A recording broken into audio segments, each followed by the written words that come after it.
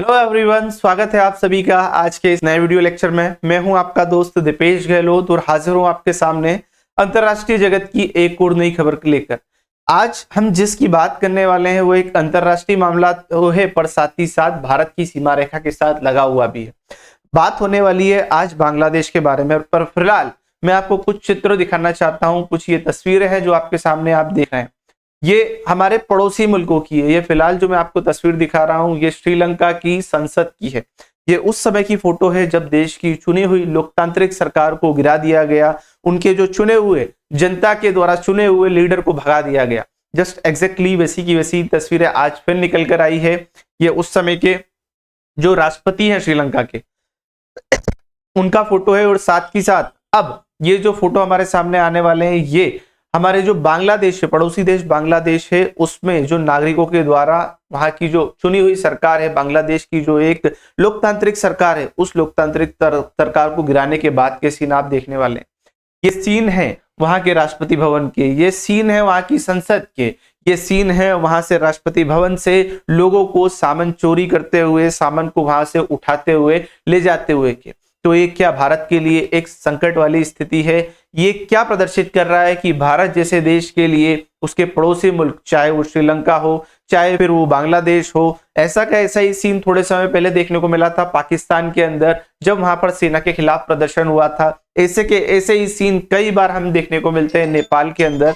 तो ये क्या स्थिति है? ठीक है, तो आज हम जानने का प्रयास करेंगे कि ये स्थिति भारत के लिए कितनी खतरनाक है, कितनी घातक है, इसके क्या प्रभाव दुष्प्रभाव भारत के ऊपर पड़ सकते हैं। पर फिलहाल शुरू करते हैं। यह है हमारे पड़ोसी देश बांग्लादेश का मैप है, जिसके अंदर फिलहाल वहां की जो देश की चुनी हुई लोकतांत्रिक सरकार की जो नेता है शेख हसीना जी, वो अपने देश को छोड़कर भाग चुकी हैं। वो अपने देश को छोड़कर भाग चुकी और भाग कर आई है भारत के पास शरण मांगने आई है। अब ऐसा क्यों हुआ है, भारत से शरण क्यों मांगी जा रही है, इसके ऊपर भी हम चर्चा करेंगे।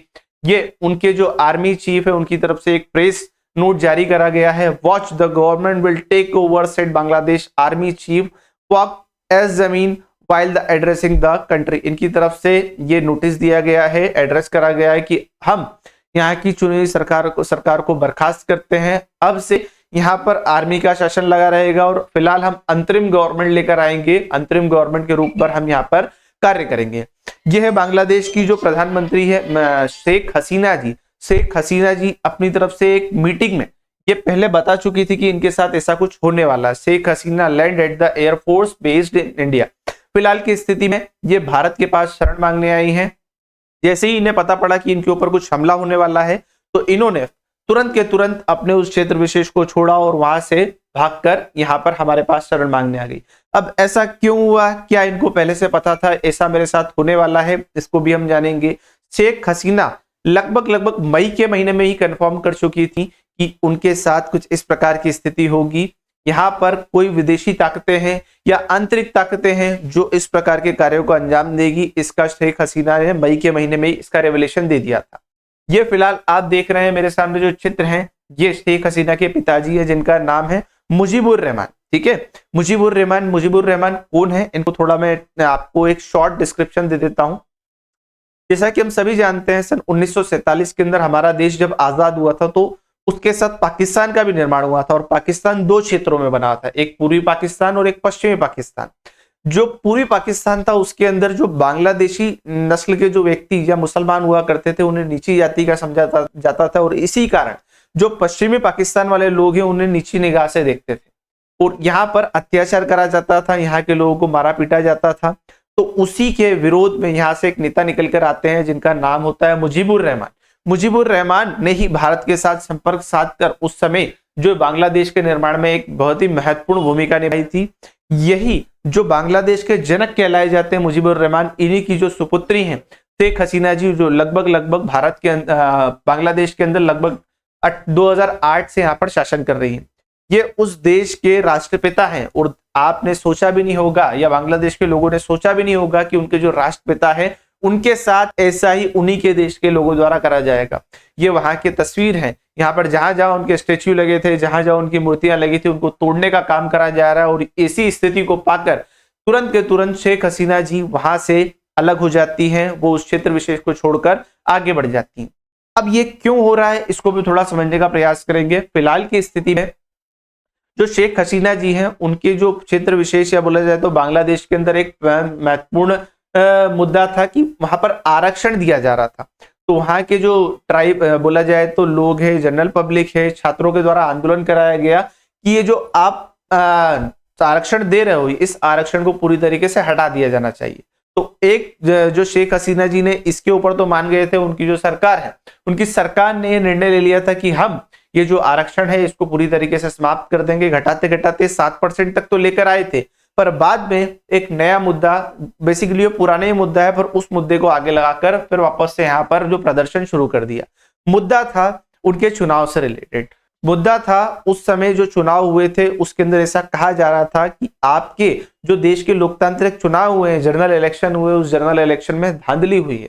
और यहाँ पर जो बात निकल कर आई है वो बात किसने बोली थी कि आपके देश के जो चुनाव है उसके अंदर धांधली हुई है, ये कही गई है अमेरिका के माध्यम से। अमेरिका ने अपने मुंह से कहा है कि बांग्लादेश के जो चुनाव हैं, जो इलेक्शन हुए वो फेयर इलेक्शन नहीं हुए, है ना। अब हमारे दिमाग में स्टीरियोटाइप बना हुआ है कि अमेरिका जो कहेगा वही बात सत्य होगी। ऐसे ही बांग्लादेशी जो लोग हैं उन्हें भी एक बार अमेरिका ने कह दिया कि आपके यहाँ के जो इलेक्शन है वो फेयर नहीं हुए।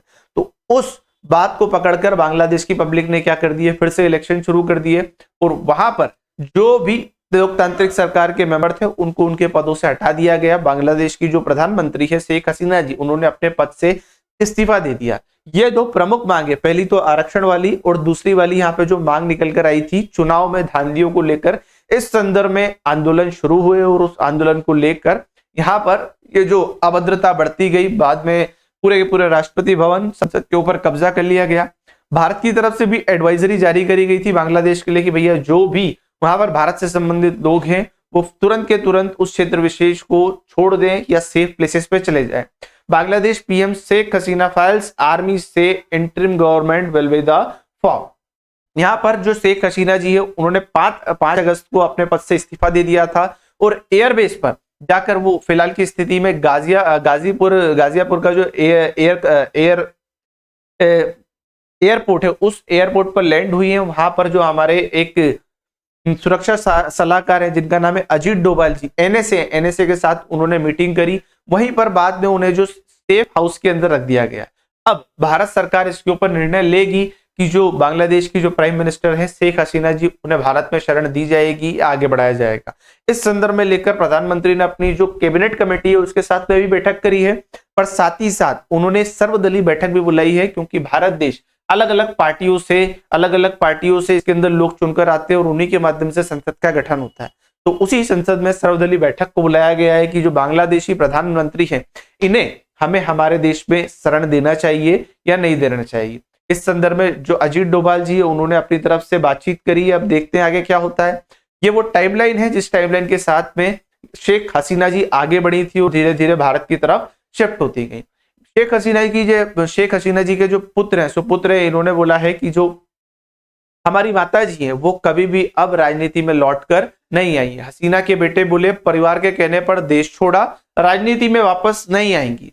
शेख हसीना के बेटे और पूर्व आधिकारिक सलाहकार सजीव वाजेद जॉय ने कहा है कि अब राजनीति में वापसी नहीं करेगी। उन्होंने अपने परिवार की अपील पर अपनी सुरक्षा के लिए देश को छोड़ दिया है। अब वो कभी भी राजनीति के अंदर आगे नहीं आएगी। अब ऐसा क्यों हुआ है उसको भी थोड़ा समझने का प्रयास करेंगे, पर फिलहाल यहां पर मैं एक फोटो दिखाता हूं। ये क्या है, एक महिला की फोटो है जिनका नाम क्या है, इनका नाम है खालिदा जिया।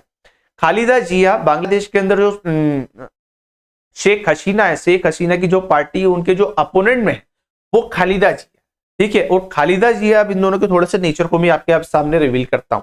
जो शेख हसीना है बेसिकली इंडिया के लिए सॉफ्ट कॉर्नर रखती है, मतलब जो इंडिया के फेवर में जो निर्णय लिए जाए वो शेख हसीना लेती हैं। भारत का साथ लिया जाए, भारत को साथ दिया जाए, ये शेख हसीना जी करती हैं। पर ये जो खालिदा जी है, खालिदा जिया हमेशा से पाकिस्तान की सपोर्टिव रही हैं। पाकिस्तान, चाइना या फिर बोला जाए तो भारत के जो दुश्मन देश है उनके साथ में इनके ज्यादा ही मधुर संबंध रहे। इनके जो पति हैं जिनका नाम है जिया उर रहमान, ये वही व्यक्ति हैं जो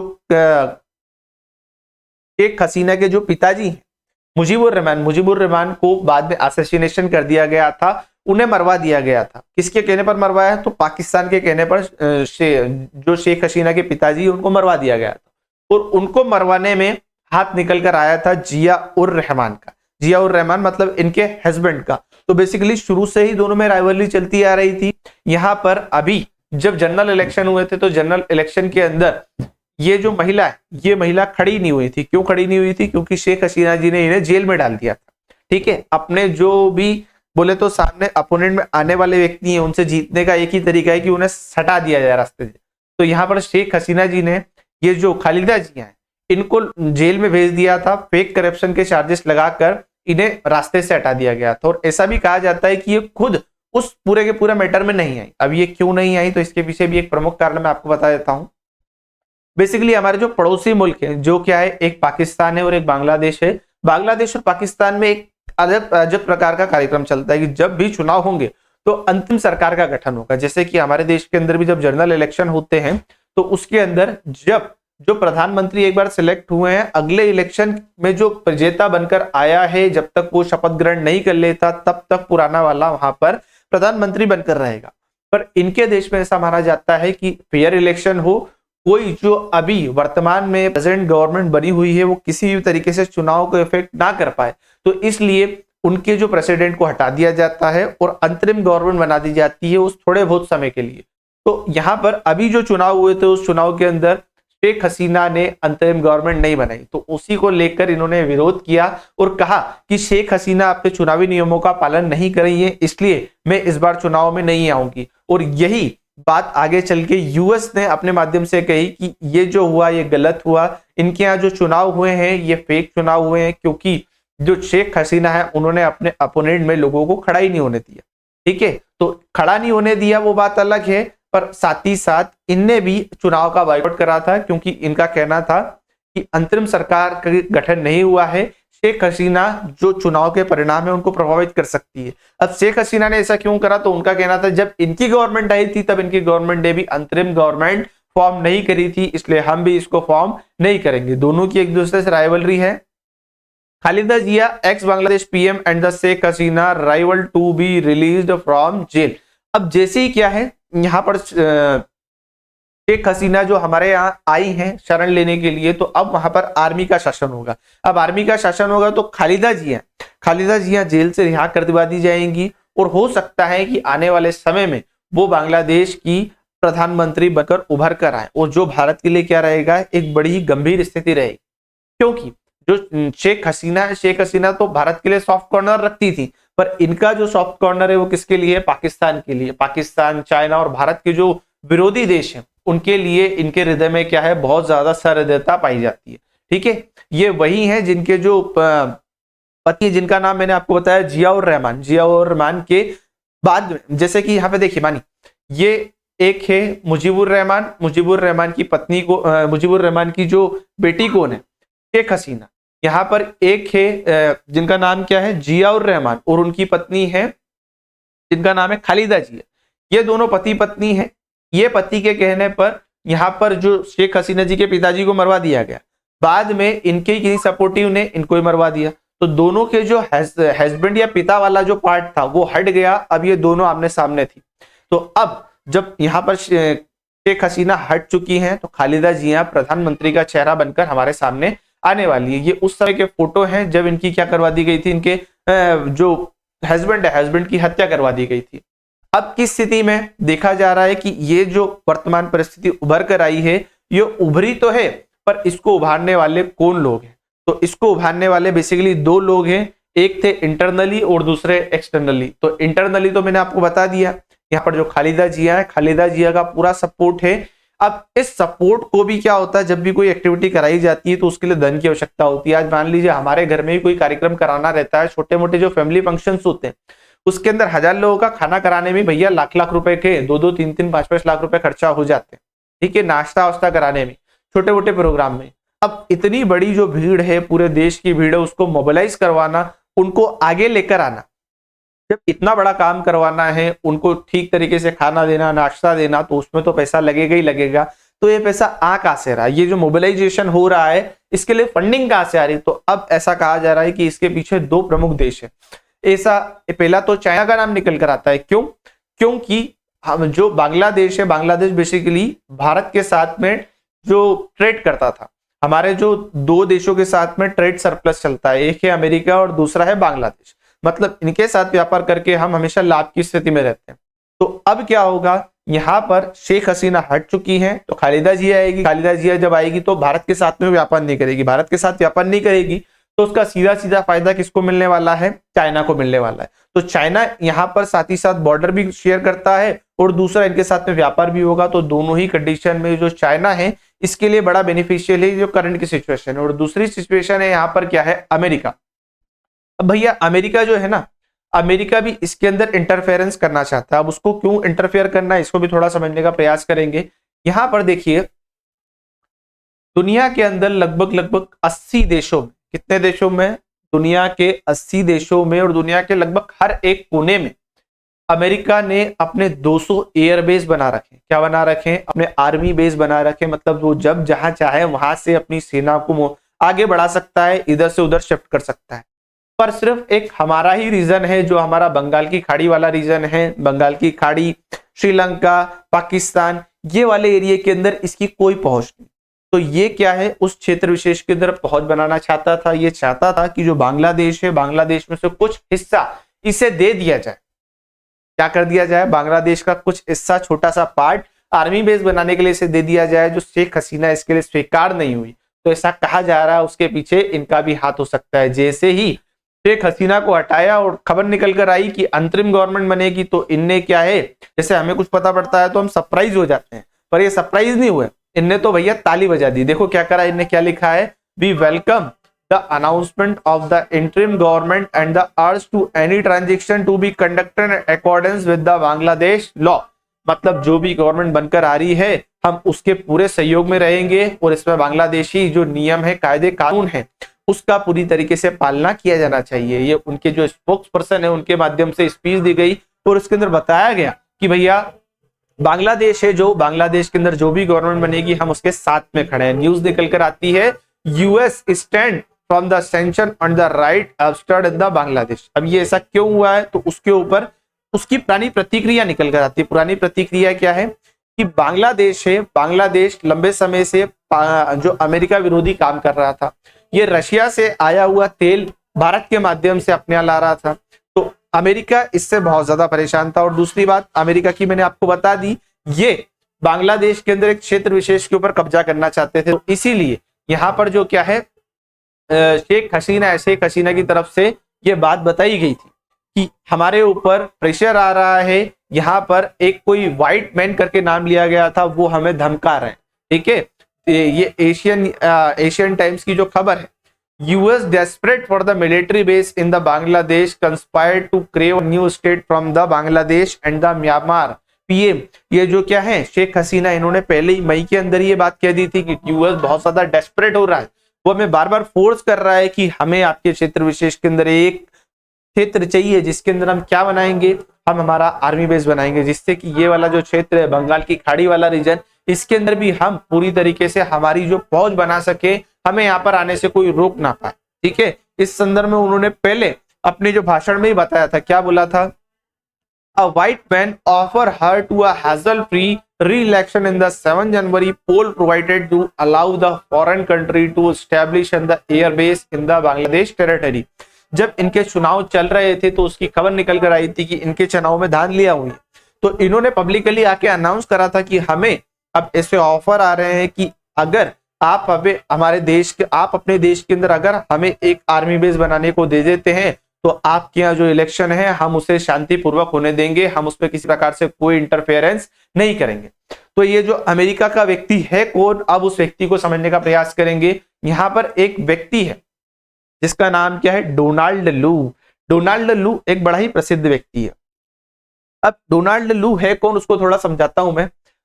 भैया अमेरिका है ना, अमेरिका बहुत बड़ी सुपर पावर है और अमेरिका ये चाहता है और डायरेक्टली चाहता है, क्या वो करता भी है, पूरी पृथ्वी को वो चाहता है कि पूरी पृथ्वी के ऊपर मैं ही शासन करूं, और इसलिए उसने पूरी पृथ्वी को अलग अलग क्षेत्रों में बांट दिया, अलग अलग थिएटर कमांड और ग्रुप्स में बांट दिया। उनमें से जो इंडिया या एशिया वाला रीजन है, उस एशिया वाले रीजन के अंदर जो कमांड को संभालने का काम करता है वो व्यक्ति है डोनाल्ड लू। यही डोनाल्ड लू है, हमारे यहाँ जितनी एम्बेसी बनी है, राजदूत है, वो तो सब अपना काम करते रहते हैं, पर ये डोनाल्ड लू अलग अलग देशों में जाकर मीटिंग करता है। भारत, पाकिस्तान, बांग्लादेश, म्यांमार, चीन, थाईलैंड, नेपाल, सबके अंदर जाता है और बातचीत करता है, अपनी यात्राएं करता है और यूएस किस तरीके से यहाँ पर मजबूती से बना रहे इसकी वहां पर श्योरिटी दिलाता है। यही डोनाल्ड लू की बार बार यात्रा हो रही है बांग्लादेश में। यही डोनाल्ड लू है जिसने अभी खबर निकाली है, हमारे लिए भी खबर निकाली है, उसको ही बताऊंगा। यही डोनाल्ड लू है जिसकी जो बातें थी, जिसको लीक कर दिया था किसने, इमरान खान ने इन्हीं के जो पेपर्स थे उनको लीक कर दिया था। बाद में इमरान खान को भी क्या कर दिया, इनकी सरकारें उन्होंने पलट दी। यहाँ पर अमेरिका का दो मुहैया रवैया आपको दिखेगा। ये यहाँ पे सामने से आके बांग्लादेश में तो बोल रहा है हम आपकी चुनी हुई लोकतांत्रिक सरकार का सम्मान करते हैं, हम उसके पूरे समर्थन में, पर ये वही अमेरिका है जिसने वहां की जो चुनी हुई, पाकिस्तान की चुनी हुई लोकतांत्रिक सरकार को गिरा दिया, इनके मंत्रियों को खरीद लिया और जो नवाज शरीफ है उनकी पार्टी के अंदर से फिर प्रधानमंत्री बनाकर वहां पर इलेक्शन करवा दिए। मतलब ये जो अमेरिका है ये क्या है, एक कुत्ते की पूंछ है, ये कभी भी सीधी नहीं रह सकती, हमेशा ये अपने इंटरेस्ट के लिए इधर उधर ढुलती रहती है। ये वही डोनाल्ड लू है जिन्होंने अभी यहाँ पर हमारे लिए भी क्या दिए, स्टेटमेंट दिए, क्या दिए कि भारत के पीएम हमारे रोकने के बावजूद भी रशिया की यात्रा में चले गए हैं, पर हमने यहां तक तो प्रयास करा कि ये रशिया की यात्रा में चले गए पर वहां पर जाकर कोई पैक्ट साइन ना करके आ पाए।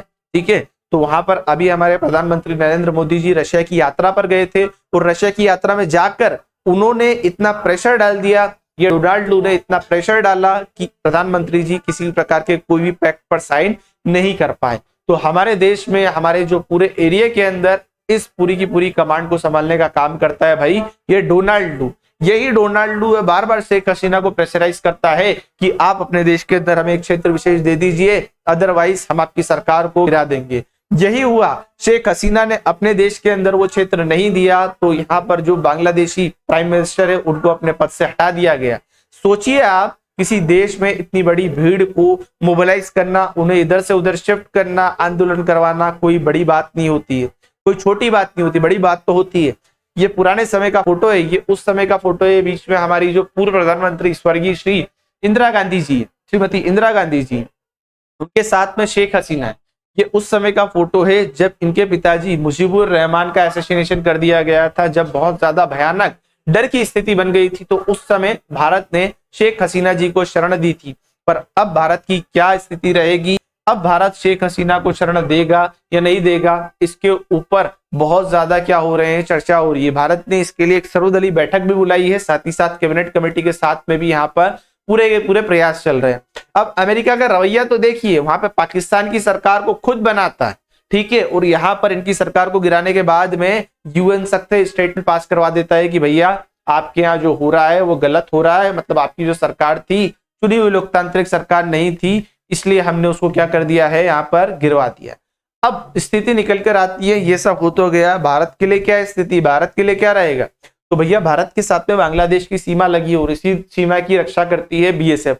तो बीएसएफ को यहाँ पे पूरी सतर्कता के ऑर्डर दे दिए गए हैं कि भैया पूरी तरीके से सतर्क हो जाओ, आप इस क्षेत्र विशेष के अंदर ज्यादा लोगों को आने नहीं देना, वहां से जो शरणार्थी आएंगे उनको आगे नहीं देना। बीएसएफ पूरी फोर्स के साथ में यहाँ पर लग गई है, पर साथ ही साथ हमारे जो माननीय प्रधानमंत्री हैं उन्होंने यहाँ पर कैबिनेट कमेटी की बैठक बुलाई है, साथ ही साथ में उन्होंने एक सर्वदलीय बैठक भी बुलाई है जिसके अंदर हमारी संसद के जितने भी क्या हैं मेंबर्स हैं या बोला जाए तो लीडर्स हैं, वो सभी के सभी लीडर्स यहाँ पर क्या करेंगे, ये निर्णय करेंगे कि इस बार हम जो शेख हसीना है उन्हें यहाँ पर आने देंगे, आने क्या देंगे, मतलब उन्हें शरण देंगे या नहीं देंगे। क्यों? क्योंकि भैया ये बहुत ज्यादा चर्चा का विषय भी है। क्यों? क्योंकि देखिए अगर शेख हसीना को यहाँ पर हमने शरण दे दी तो उससे क्या होगा, शेख हसीना वहां से भाग कर आई है, हंसी खुशी नहीं आई है, भाग कर आई है, मतलब अब ये उनकी दुश्मन बन चुकी है। हम हमारे पड़ोसी मुल्क के दुश्मन को अपने यहाँ शरण देंगे तो सोचिए वो हमारे साथ क्या रवैया अपनाएगा। हम चाहते हैं कि बांग्लादेश हमारे साथ रहे तो हमें इसके लिए इनके इंटरनली पॉलिटिक्स में बहुत ज्यादा इंटरफेयर रखना पड़ेगा, हमें डीपली स्टडी करनी पड़ेगी। अभी बहुत ज्यादा चिंताजनक विषय क्या निकल कर आ रहे हैं कि सबसे पहली बात तो यहाँ पर क्या हो रही है, तख्ता पलट हो चुका है। तो तख्ता पलट होने के बाद में यहाँ पर जो लोग हैं जो शेख हसीना की पार्टी से बिलोंग करते थे, अब उनके साथ क्या होगा? अब इनके साथ क्या वही नरसंहार होगा जो पहले हुआ करता था? यहाँ पर जो मुक्ति वाहिनी सेना बनी थी, किसके विरोध में बनी थी? नरसंहार के विरोध में बनी थी। तो अब वही स्थिति उत्पन्न होगी क्या? साथ ही साथ वहां पर जो अल्पसंख्यक समुदाय के लोग हैं, जैसे कि हमारे जो भारतीय लोग हैं या बोले तो हिंदू लोग हैं, क्रिश्चियन लोग हैं, इन लोगों के साथ क्या होगा? अब ये भी बहुत ज्यादा चिंताजनक विषय है। तो भारत के लिए यहाँ पर अब ये बहुत ही ज्यादा विकट परिस्थिति है। अब हमें बहुत ज्यादा सोच समझ कर निर्णय लेना पड़ेगा कि हमें क्या करना है, किस तरीके से इस परिस्थिति को हैंडल करना है। ठीक है, अब इस तरीके के पोस्टर बहुत ज्यादा देखने को मिलेंगे। All eyes on Bangladesh, Hindus all eyes on Bangladesh, Christian all eyes on Bangladesh, बौद्धिज्म, क्योंकि अब इन लोगों के साथ बहुत ज्यादा बदतर स्थिति होने वाली है। यहाँ पर अभी खबर भी निकल के आना शुरू हो गई, पर ये कितनी सत्य कितनी असत्य, इस बात को हम प्रमाणित अभी नहीं कर सकते। ठीक है, यहाँ पर थोड़ा सा पॉपुलेशन वाइज हम देखेंगे तो अभी फिलहाल की स्थिति में बांग्लादेश में 91% मुसलमान है और वो सुन्नी मुसलमान, और साथ ही साथ यहाँ पर जो बचे कुचे जो अल्पसंख्यक है, जिसके अंदर हिंदू, बौद्ध, जैन, ये सारे लोग इसके अंदर आते हैं। इनके लिए बहुत ज्यादा क्या है, भयावह स्थिति उत्पन्न होने वाली है। ठीक है, तो अब इंडिया के लिए बहुत ज्यादा चिंताजनक विषय है। क्यों? क्योंकि ये सारे लोग अगर वहां पे इनके साथ में अत्याचार होते हैं तो ये लोग भाग कर आएंगे कहाँ? बांग्लादेश की सीमा से भारत के अंदर, और भारत के अंदर आए तो ये भारत की डेमोग्राफी को खराब कर सकते हैं। हालांकि भारत सीएए कानून ला चुका है ऐसे लोगों के लिए, पर वो कितना इंप्लीमेंट होता है, भारत कितना इसके डीपली स्टडी कर पाता है, कितना इसके अंदर घुस के समझ पाता है कि बांग्लादेश को किस तरीके से हमें अपने फेवर में लेना है, ये भविष्य ही बताएगा। ठीक है, तो आज के इस वीडियो में हमने देखा कि जो शेख हसीना है वो किस लिए भारत आई हैं, किन कारणों से भारत आई हैं, यहाँ पर तख्ता पलट क्यों करा गया है, ये तख्ता पलट भारत के फेवर में है या अनफेवर में है, भारत के लिए कितनी चुनौतियां उत्पन्न हुई है इसके माध्यम से, इसको हमने देखा है। अगर आपको वीडियो पसंद आई है तो इसे शेयर कर दीजिए, वीडियो को लाइक कर दीजिए। मिलते हैं किसी अन्य वीडियो लेक्चर में, तब तक के लिए धन्यवाद। जय हिंद, जय भारत।